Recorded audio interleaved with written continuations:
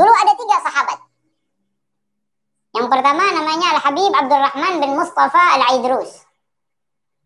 Satunya Al-Habib Syekh Al-Jufri.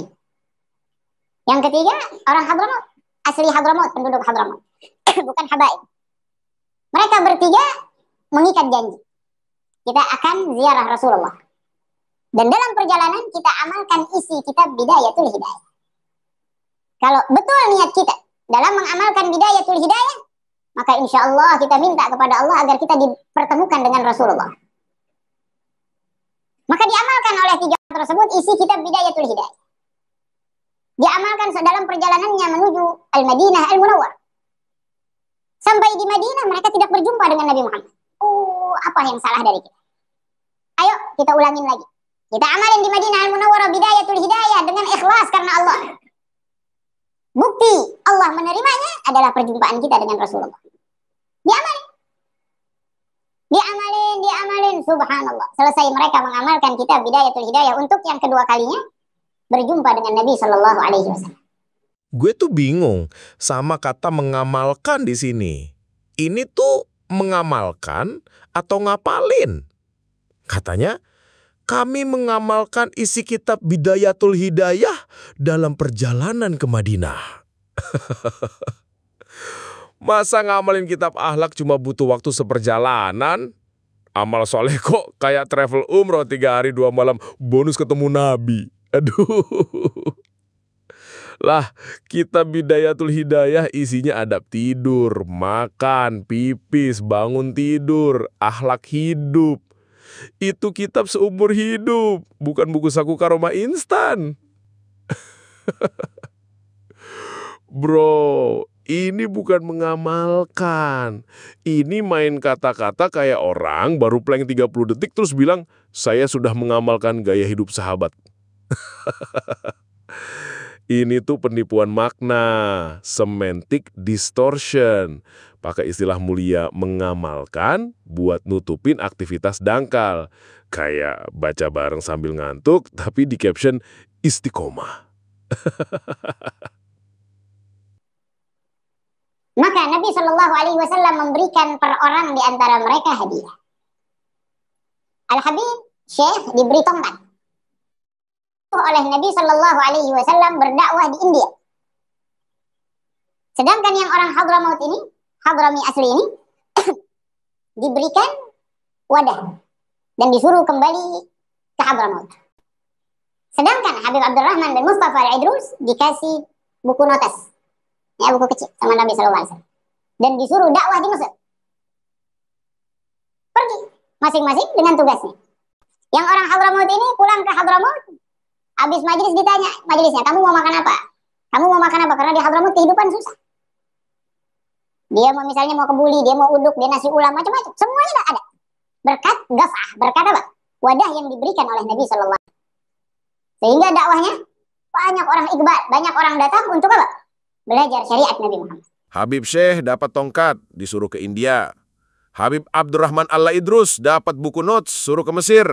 Yang Hadrami dapat wadah ajaib kayak dapur portable. Katanya tiap ditanya mau makan apa, tinggal buka wadah, kebuli nyala, nasi ulam layang. Bro, itu dakwah apa episode Master Chef Barokah? Dan parahnya, orang-orang datang biar belajar syariat. Wah, berarti suksesnya bukan karena ilmu, tapi karena Tupperware langit. Ini bukan dakwah, ini food court mistis. Dan yang lo jual bukan ajaran Nabi, tapi karomah palsu rasa paket hemat.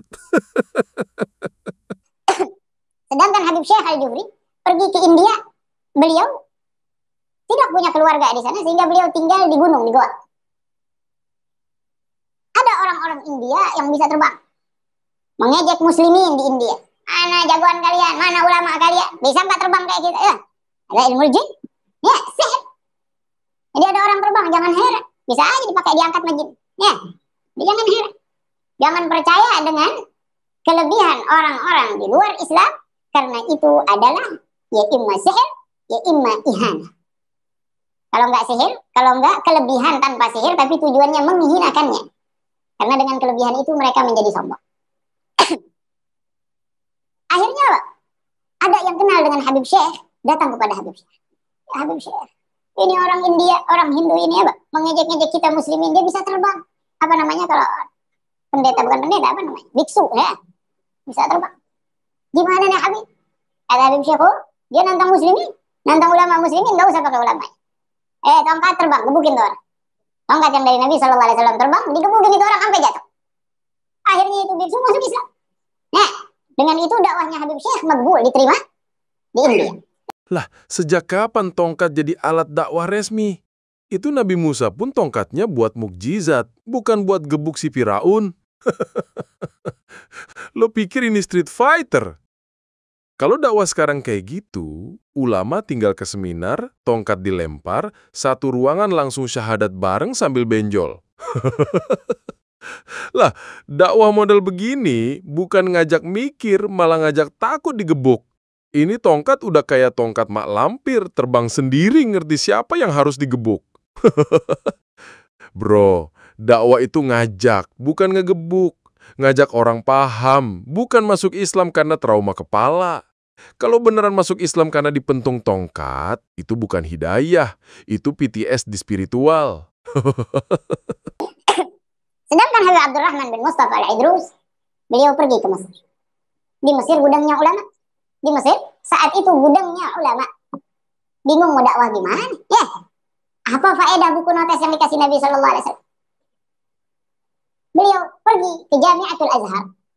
Dan makam beliau ma'ruf di Mesir. Ini kejadian nyata, bukan kejadian dusta. Dan kejadian ini di zaman Al-Habib Abdullah bin Husain bin Tahir. Bro, serius deh. Lo nggak usah ngait-ngaitin makam Habib Abdurrahman kayak itu kunci jawaban ujian kehidupan. Makamnya ma'ruf di Mesir, berarti kisah ini nyata. Lah, makamnya emang bisa jadi bukti apa? Kuburan itu bukti orang udah wafat, bukan bukti semua cerita hidupnya valid. Kalau gitu logikanya, nanti semua dongeng punya ending. Dan makam Cinderella masih bisa diziarahi di Paris, jadi ini kisah nyata.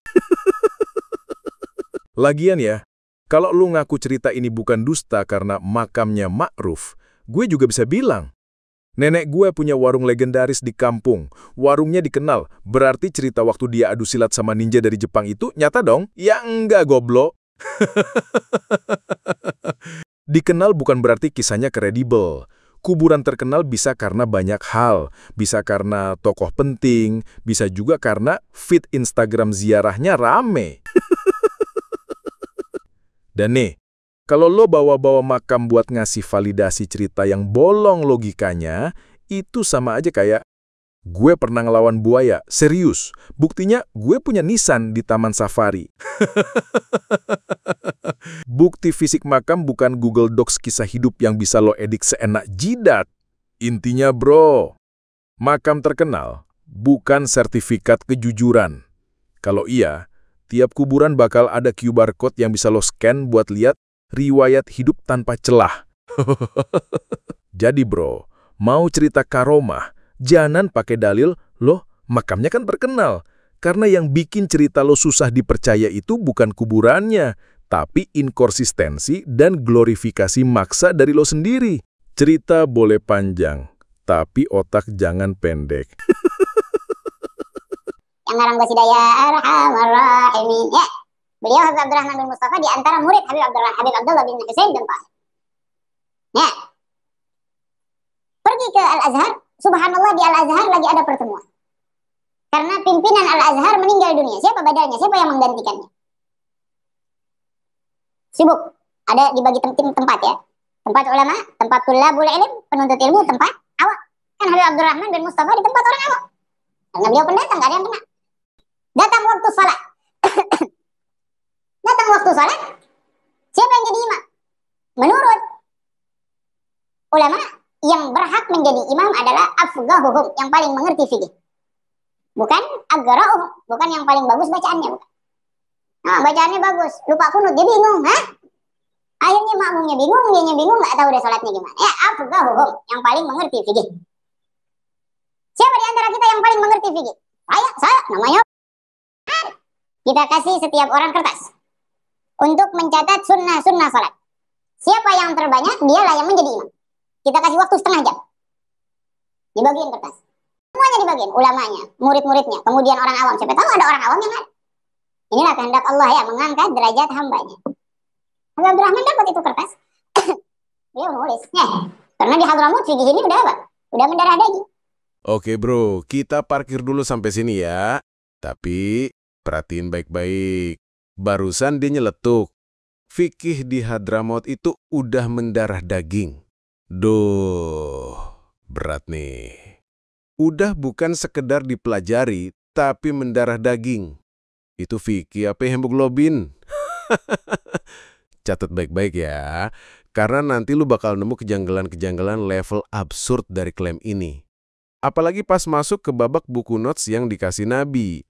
Gue nggak tahu itu kitab suci atau agenda mingguan yang dibeli di Gramedia. Pokoknya stay tune ya, karena ini bukan sekedar pengajian. Ini thriller mistik fikih berdarah season 1. Jadi nggak pusing, dan mereka mengamalkan ilmu yang mereka pelajari. Beda sama kita, di majelis ingat Allah, keluar majelis lihat paha, lupa deh. Ya, kalau mereka enggak, di majelis, di luar majelis ilmu yang mereka dapat. Jadi ilmu itu nyangkut, benar-benar mereka fahami dan hafal. Semuanya tuh para ulama. Ada yang dapat 200 sunnah, masya Allah, yang dapat 200 sunnah. Udah setengah jam dikumpulin. Ada yang dapat 300 maksimal. Ada ulama nih 300, dia yang berhak jadi imam. Ada kumpulin semuanya dari tulabul ilm. Semua dikumpulin. Ya, tulabul ilm pasti lebih dekat lebih dikit daripada gurunya. Orang awam apa lagi, tapi satu. Masih nulis aja. Udah selesai. Dapat berapa anda? Cepat kumpulin. Afwan, masih banyak, ini baru 500 sunnah yang anda tulis. Masih banyak belum anda tulis, waktunya kurang katanya. Berapa? 500 sunnah. Dicek sama ulama. Ternyata ini sunnah yang benar. Kalau gitu dia sudah jadi imam. Perjanjian. Ruish, pakaiannya asal. Bukan pakaian seperti orang Mesir atau orang Saudi. Jadi imam. Allahu Akbar. Setelah itu para ulama bingung. Ini siapa nih orang? Kok dia bisa alim seperti ini? Sebagaimana saat ini kita sedang mencari pimpinan Al-Azhar. Kalau gitu, kita uji ini orang. Kita nggak usah pakai berdebat lagi, udah sunnah aja kita kalah. Maka kita akan uji, jangan-jangan dia cuma tahu sunnah. Ya kan? Cuma tahu sunnah, tapi nggak tahu ilmu yang lainnya. Kita uji dia. Setiap ulama mempersiapkan 10 pertanyaan. Jadi ada 10 ulama, setiap orangnya mempersiapkan 10 pertanyaan. Nanyanya nggak satu-satu. Bulan nanya aja. Ya, nggak langsung dijawab satu orang. Yang kedua, sampai 100 pertanyaan baru dijawab. Ingat pertanyaan satu aja udah lupa gitu ya. Kalau kita nih orang normal, satu aja udah lupa. Maka dijawab satu persatu oleh Habib Abdurrahman bin Mustafa. Andai kata beliau ragu dalam jawaban, beliau buka notesnya itu. Ada jawaban. Nah, di sini nih mulai kecium baunya, bro. Ternyata klaim karomah Habib Abdurrahman itu bukan karena fikih yang mendarah daging, tapi karena buku notes. Yup, buku notes. Jadi bukan darahnya yang berisi fikih, tapi kayaknya saku bajunya yang katanya berisi notes pemberian Nabi. Oke, markinjut. Karena gue penasaran sampai seabsurd apa cerita ini berlanjut. Notes yang dikasih Nabi SAW. Ada satu orang perhatiin nih kayaknya notesnya nih. Habib Abdurrahman taruh notesnya di meja gini di pinggir ya. Beliau duduk. Datang waktu sholat berikutnya. Ada orang perhatiin, notesnya nih. Berarti dia pinternya nyontek nih. Pinter juga ya, ngasih tokoh antagonis biar ceritanya ada bumbu drama. Tiba-tiba nongol aja tuh cameo misterius yang hasut lihat kepinteran Habib Abdurrahman dan mulai curiga. Tapi lo tahu nggak bro, justru figur cameo yang lo pikir pengganggu ini yang bakal ngegulingin semua glorifikasi palsu kayak domino. Dia kayak bak kecil yang bikin narasi kisah ini nge-freeze. Oke, markinjut ya. Karena mulai sekarang ceritanya makin kayak Marvel religi yang diproduksi oleh Hadrowood Universe. Sholat Habib Abdurrahman tanpa ujian lagi udah. Allahu Akbar. Ba'da sholat melanjutkan jawaban. Jawaban yang pertama, yang kedua, yang ketiga. Satu jawaban beliau ragu. Megang notesnya hilang. Ada yang curi. Marah Habib Abdurrahman, mana buku saya? Belaga nggak tahu. Maka Habib Abdurrahman saat itu saking marahnya beliau jadi raksasa. Tarik dulu nafas, bro. Karena ini cerita udah nggak lagi di Al-Azhar. Ini udah nyasar ke semesta pewayangan. Selamat datang di Habib Abdurrahman Wiwaha, episode Tiwikrama Buku Notes yang Hilang. Rekap dikit ya. Katanya Vicky udah mendarah daging di Hadramaut. Tapi kekuatan utama ternyata ada di buku notes pemberian Nabi. Notesnya hilang. Langsung Habib teriak, "Mana buku saya?" Gua kira bakal introspeksi. Ternyata kagak. Beliau langsung marah. Nggak bisa lancar jawab pertanyaan ulama Al-Azhar, lalu berubah jadi raksasa. Bro, ini bukan Al-Azhar lagi. Ini udah nyasar ke dunia wayang.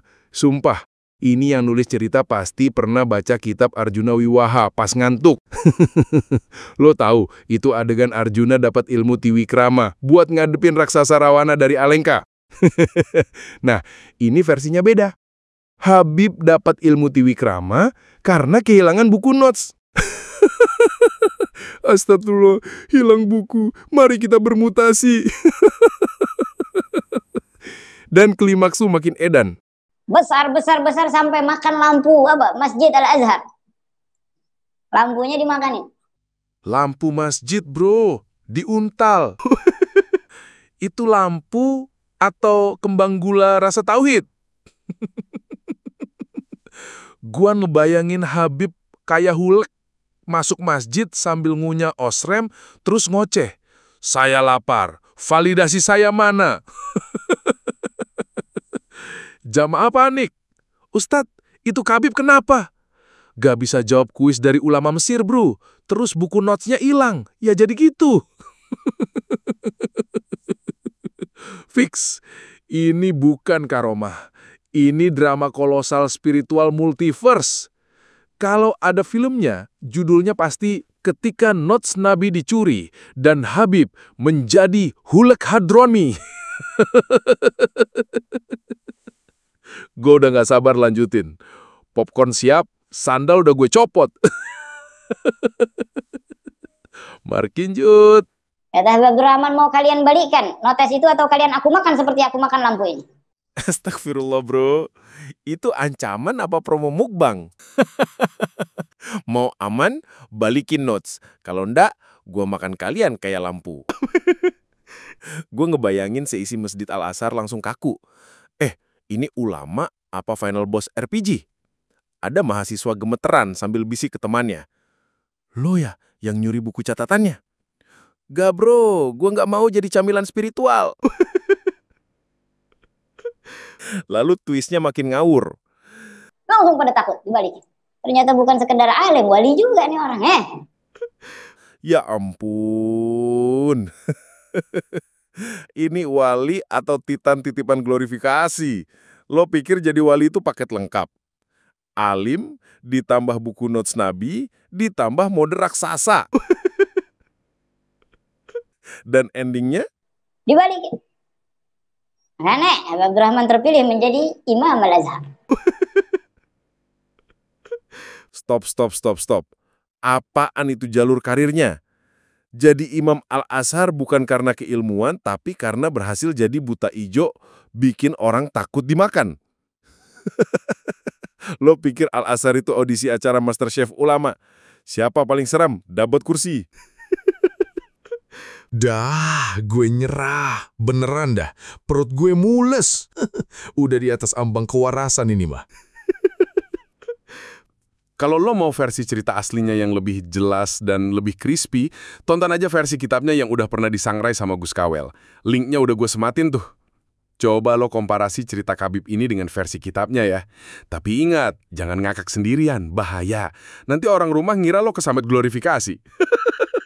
Takbir.